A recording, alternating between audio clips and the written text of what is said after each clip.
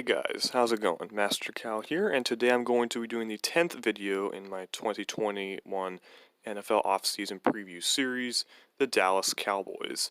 The Cowboys underwhelmed for the second straight season despite the coaching change from Jason Garrett to Mike McCarthy. The Cowboys dealt with some injuries, their defense was just horrible last year, and some key players also had some down seasons. And the contract negotiations and drama continues with Dak Prescott, as they have since he was eligible after the 2018 season. And we will see what resolution that comes to it if the Dallas Cowboys are forced to franchise tag him for the second straight year, or if they can come to an extension. And with limited cap space to work with, if they do have to tag Prescott, they won't have much else, if any, to really upgrade other areas of the roster. So Prescott obviously is a free agent. That means their starting quarterback is Garrett Gilbert, who's a journeyman. He's been with the Rams. I think he's been with the Browns, a few other teams. He was on Dallas's practice squad, and he was the fourth different Cowboys quarterback to start a game last year. Obviously, Prescott had the ankle injury, which kind of complicated things. Before the injury, Prescott was on pace for an insane season. I want to say he was averaging more than 400 passing yards per game before the injury. And then Andy Dalton steps in. Dalton suffers a concussion, and so rookie Ben DiNucci comes in and starts, and he does not fare well at all. And so they start Gilbert, who nearly upsets the then undefeated Pittsburgh Steelers.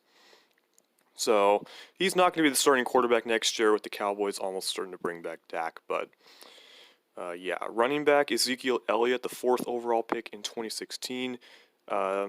Zeke had by far his worst season as a pro. He struggled with fumbles, and he just wasn't able to, and he wasn't very impactful. He looked like he kind of lost a step, which is obviously concerning given that his 6-year extension kicks in this season, so they're tied to him for quite some time, and they will need Elliott to have a bounce-back year. At left tackle, Tyron Smith, a long time one of the better left tackles in the league, unfortunately didn't play a whole lot last year because he dealt with a neck injury, and given the fact that he's getting older, it might be time for Dallas to start looking for a long-term replacement for him. At left guard is Conor Williams, a second-round pick in 2018. Williams dealt with some injuries this past year as well. He missed time, I think, at the beginning of the season, recovering from an ACL tear that he suffered, I think it was in Thanksgiving in 2019, and then he also missed some time later in the year as well. At center is Conor Mcgovern, not to be confused with the Mcgovern that's on the Jets right now. Third rounder in 2019 out of Penn State, who saw action at both guard and center because of injuries. He saw a bit more action at guard, but I listed him as the starting center because of the cap situation, and that was the position he played at college. Presumably, I think the starting center would be Tyler Biadasz, a fourth rounder in 2020 out of Wisconsin, who was okay-ish as a rookie, and he probably will be the long-term answer at center soon. At right guard is Zach Martin, who's long been considered one of the best right guards in the NFL. He also was banged up with some injuries as well. Right tackle Lyell Collins, he did not play at all last season as he suffered an injury, I think, during training camp, and he wasn't able to come back from that. There's been like a report or two saying that he was contemplating retirement, but his agent has shot that down on social media, so Collins is going to be back. Wide receiver, you got Amari Cooper. Obviously, the Cowboys traded for him at the 2018 trade deadline with the Raiders, and they were able to re-sign him to a 5-year deal worth $100 million, despite the Washington football team making an effort to bring him in. And Cooper had a solid, if unspectacular, year. Next is Michael Gallup, third rounder in 2018 out of Colorado State. And then Gallup was kind of more invisible last year. I remember the Cowboys entering the season were like, our starting trio will all have 1,000 yards receiving. Gallup had a couple of good games in there, but it wasn't very spectacular. And there were obviously some trade rumors. Like, for example, a lot of people were saying that the Cowboys could send him to the Jets in a potential deal for Jamal Adams, but Adams obviously was traded away to Seattle, and with Gallup set to enter a contract year, it'll be interesting to see if Dallas wants to trade him to try and maximize his value as opposed to letting him depart as a free agent after the season. The next wide receiver is CeeDee Lamb, who had an excellent rookie season. He was the second best rookie wide receiver behind Minnesota's Justin Jefferson. He immediately established a rapport with Dak and also Andy Dalton, and the playmaking that he displayed at Oklahoma translated perfectly over to the NFL level. At tight end is Blake Jarwin. Jarwin was signed to a 4-year deal last year as a restricted free agent.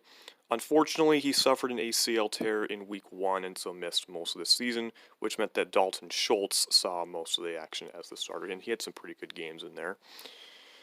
Over to the defensive side, we got Demarcus Lawrence, second rounder in 2015, I think, out of Boise State. And then Lawrence, I think, had a slightly better 2020 than in 2019. But still not great for a guy who has a cap hit of over $20 million. So I guess we'll see how he and the rest of the defense does in Dan Quinn's system. Defensive tackle, you got a pair of youngsters in Tristan Hill and Neville Gallimore. Hill was a second rounder in 2019 out of UCF, who hasn't played a whole lot. He's kind of been buried on the depth chart, and and then Gallimore was a third-round pick last year out of Oklahoma, and he played quite a bit last year and had a pretty solid rookie season. Off the other edge is Randy Gregory, a guy who has just dealt with just constant suspensions and whatnot, and the Cowboys are still willing to give him chances because he's very physically gifted and he can get after the passer. He had a pretty good run towards the end of the season. So the Cowboys defense as a whole struggled, but their pass rush was one of the areas that was not lacking, although some of their key guys are free agents. Linebacker, you got Jalen Smith, second rounder in 2016 out of Notre Dame. Smith's play has slipped, though, in the past couple seasons, and you can make the argument that maybe the defensive scheme under Mike Nolan just Smith wasn't able to translate his game over to that. So Cowboys are hoping that he can bounce back. And then Leighton Vander Esch, kind of same story for Vander Esch. Vander Esch had an excellent rookie season, but he hasn't been able to replicate that. He's had injuries, and his play has slipped a little bit as well. And the Cowboys now decide to pick up or decline his fifth-year option. The third linebacker I have listed is Luke Gifford, an undrafted free agent, I think, out of Nebraska a couple of years ago. He's mostly a special teamer, hasn't really played much defense at all. And I think he was suspended a bit last year as well. Cornerback, you got Trayvon Diggs, a second rounder in 2020 out of Alabama. He was up and down as a rookie. He definitely had some solid moments, but he also did have some struggles, which, again, that is to be expected for rookie cornerbacks. So we will see how he continues to develop. And then next to him is Maurice Kennedy, former Baltimore Raven, former New York Jet. He joined the Cowboys last year on a one-year deal, but he opted out. Kennedy's kind of been in and out of starting lineups, and he's had some nice play, so we'll see if Dallas keeps him or not. In the slot is Anthony Brown, who was re-signed last year to a 3-year deal. Brown also this year missed time due to injury, and he didn't play that well either. And then at safety, you got Darian Thompson and Reggie Robinson. Thompson, a former high draft pick of the division rival New York Giants, who saw a lot of playing time last year for the Cowboys. And then Robinson, I think, was a fourth-round rookie who saw some action, but mostly on special teams. It's actually Donovan Wilson that has the most playing time of the safety on this roster. They don't have a long snapper under contract. Their punter is Chris Jones, not the Kansas City Chiefs defensive tackle, but punter Chris Jones has been the Cowboys punter for the past few years now. He missed about half the year due to injury and was replaced by Hunter Niswander, and the Cowboys might elect to just roll with the younger option, kind of like what the Panthers are doing. The Panthers have cut their punter Michael Pilardi, and they're going with Joseph Charlton. The Cowboys might do the same thing with Niswander and Jones. And then Greg Zuerlein at kicker, who had a pretty good, I think for the most part, season as Dallas's kicker. So yeah. Taking a look at their free agents, obviously Dak is their highest profile free agent. Tagging him would be like a $39 million fully guaranteed, which obviously first off Dallas has to get to that much in cap space. Second off, then they'd have to carry that, and that wouldn't give them a lot of added flexibility. Defensive tackle Tyrone Crawford has been with them for a while now. Linebacker Sean Lee, same thing, longtime Cowboy. Quarterback Andy Dalton. Offensive lineman Cam Irving, a former first-rounder of the Cleveland Browns who hasn't panned out, won a Super Bowl with the Chiefs. Center Joe Looney, who was the starter at center for much of the year, but he also dealt with some injuries. Defensive end Aldon Smith, who former 49er who was out of the league for 5 years. The Cowboys took a chance on him, and he actually played pretty well. So we will see if Dallas can re-sign him. Tight end Blake Bell, long snapper LP Ladouceur, linebacker Joe Thomas, starting corner Chidobe Awuzie, cornerback CJ Goodwin, linebacker Justin March Lillard, cornerback Jordan Lewis, who has had some solid moments as the third, fourth corner for the Cowboys, but he had a poor 2020 season, which kind of tanked his earnings this year, so he'll probably have to settle for a prove-it deal somewhere. Wide receiver Malik Turner is a restricted free agent. Defensive tackle Antoine Woods is a restricted free agent. Defensive tackle Eli Anku. Offensive tackle Greg Sennett is a restricted free agent. Starting safety Xavier Woods. Wide receiver Noah Brown. Defensive end Rondell Carter is an exclusive rights free agent. And wide receiver Cedric Wilson Jr. is a restricted free agent. As things stand right now, the Cowboys have $19.36 million in cap space.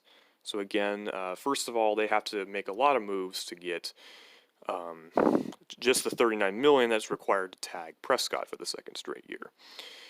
And again, the main hang-up is the length of the contract. Prescott wants a shorter-term deal. The Cowboys want a longer-term deal.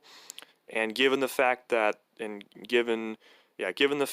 of Prescott's high cap hit if he's tagged, Prescott likely has the leverage here. So we will see what Dallas does. And they had just a few weeks left before the franchise tagging deadline hits. So needs obviously quarterback with Dak, but that's likely to be solved via the franchise tag. I guess we'll see if the Cowboys are fine with McGovern or Biadasz being their starting center, or if they want to bring back Looney or bring in someone like an Alex Mack for a year. Otherwise, offensively, personnel, they're pretty much fine. Defensively, they could definitely use some reinforcements on the defensive line, both interior and off the edge. The Cowboys might re-sign Gerald Everett, who unfortunately suffered an injury during training camp and was released as a result of that. I guess we'll see if they're fine with getting a bounce back here out of Smith and Van Der Esch. They'll definitely need to upgrade the cornerback position, and they could definitely use at least one safety as well. So again, quarterback, defensive line, corner, safety, and then I'll throw in maybe linebacker and maybe center. For cap casualties, offensively, they're probably just going to stick with the same guys there. Let's see, defensively, there's been some speculation that Jalen Smith might be a cap casualty. If he was, he'd be a post-June 1st cut. I don't think the Cowboys will do that, though. Kennedy could be a cap casualty. Brown could be a cap casualty, and then Chris Jones. But with those two, but with those three cuts, that's not a whole lot of cap space freed up. And I mean, sure, you can restructure a few deals, which is probably what the Cowboys will have to do. Restructure Jarwin, restructure Zeke, restructure Lawrence. Push some cap space down the line. And they've restructured Tyron Smith's contract a lot, so I don't know if they can do that again. And again, so that's the question. And then yeah, and then like I've also heard that the salary cap might actually be in the 185 to 188 million range, which would give the Cowboys an extra 5-8 million to work with. But you don't want to have all 39 million devoted to Prescott, and then you still have to fix holes at corner and defensive line, and you still got to sign all your rookies. So yeah, and that's going to do it for this video. I hope you guys enjoyed it, and we'll stay tuned for the next offseason preview video.